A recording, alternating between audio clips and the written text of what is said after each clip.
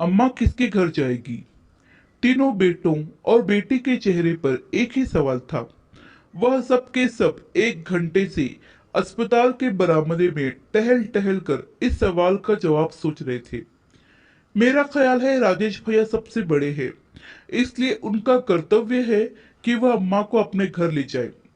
छोटी बहन नीलिमा ने भाई को देखते हुए कहा। बड़े भाई ने एक नजर अपनी पत्नी की ओर देखा और कहा, मुझे पता है कि यह मेरा कर्तव्य है कि मैं अम्मा को अपने घर ले जाऊं, लेकिन तुम जानते हो, मैं और मेरी पत्नी हम दोनों जॉब करते हैं और अम्मा की देखभाल के लिए सारा दिन किसी न किसी को तो रहना ही होगा, जो हम नहीं कर सकते। लेकिन बहना, तुम तो सारा दिन अपने घर में ही रहती हो। मेरे ख्याल से तुम अम्मा का हमसे ज्यादा ख्याल रख पाओगी।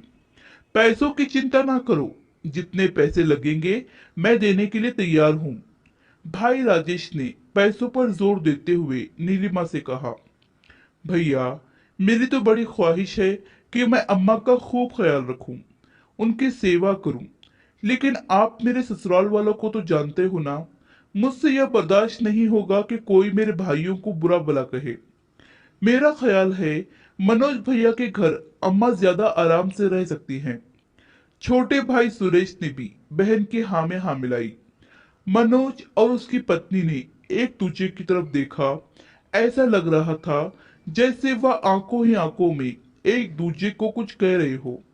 उसके बाद मनोज ने कहा, तुम सब तो जानते हो ना, हमारे घर में अम्मा का दिल नहीं लगता। वह तो हमारे घर 2 दिन से ज्यादा रहती भी नहीं थी। तो क्या होगा? अम्मा को कौन रखेगा? नीलिमा ने अपने छोटे भाई सुरेश को देखते हुए कहा।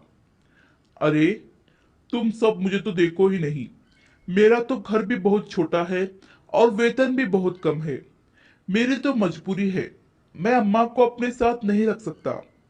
सुरेश ने अपने हाथ खड़े कर दिए। तो फिर अम्मा किसके घर जाएगी?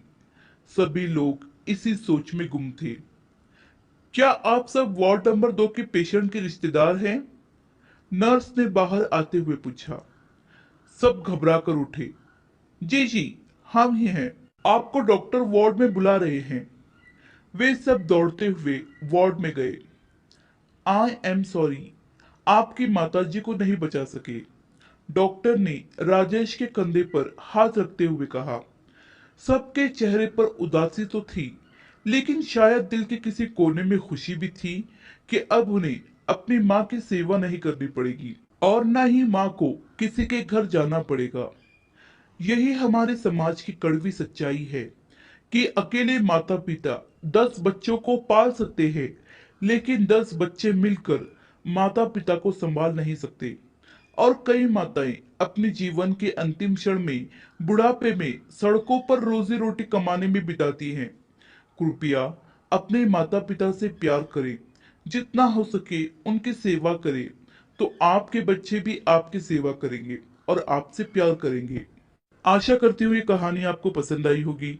इस कहानी पर आपकी क्या राय है हमें कमेंट करके जरूर बताइए। कहानी पसंद आई हो तो लाइक और शेयर करना बिल्कुल भी ना भूलिए।